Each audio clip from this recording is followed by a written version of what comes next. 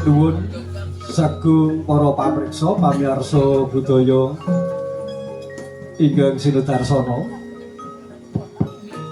Sugeng dalu saha sugeng pepanggihan kalian keluarga paguyuban Panatacara Kulon Progo Yogyakarta ingkang wonten ing dalu menika sampun sumadya makarya sesarengan sanggar banyu sumilir angaturaken giaran adiluhung ketoprak Mataram. Ingkang wonten ing dalu menika sampun pareng mendhet ira-iraan Warok Ponorogo seri Suminten Edan Gentha Lewung. Nuwun sagung para pamriksa pendhapuk utawi dalang kasta dening pinipun Bapak Yonanto Pranata Gending kasta pinipun Bapak Kelik Parjiyo. Rinengga swanten ing waranggana dening pinipun Ibu Mami Suparmi, Ibu Winarti, Ibu Jianti, Ibu Suminem lan sedaya para kanca. Keprak kaasta dening pinipun Bapak Martono. Samangke kepareng badhe kawaosaken menggah para paraga ingkang samya hangayahi karya. Ingkang para paraga menika dumados saking para kadang-kadang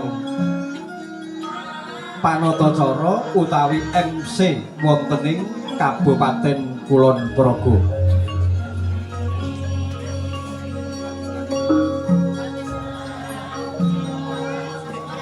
Baribin katindakaken dening panjenenganipun Bapak Moh Alimin saking Kapanewon Sentolo, dene panjenenganipun Bapak Santo saha Bapak Warih kepareng hangayahi dados Sura Geni saha Sura Jagul saking tlatah Kapanewon sami galuh. Sura Gobir katindakaken dening pinipun Bapak Joko Taruk, dene pinipun Sura Gadung katindakaken dening Bapak Kemirat. Ingkang kadang panatacara saking Kapanewon Kokap. Dalu menika Bapak Sarijo saking Sentolo saha Bapak Sumardi saking Tanjung Harjo Nanggulan ngayahi dados Sura Menggala saha Warok Seca Dharma.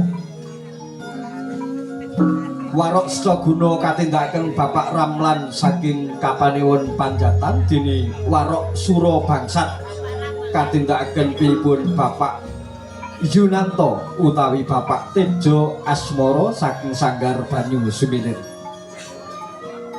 Nyi Seca Dharma katindakaken penyinipun Ni Atik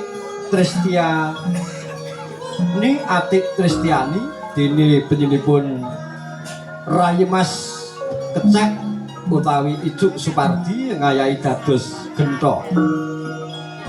Raden Subrata katindakaken dening penyinipun Bapak Rusdi kadang panatacara saking Sentolo dene penyinipun Ibu Rina Febriana ngayahi dados Suminten.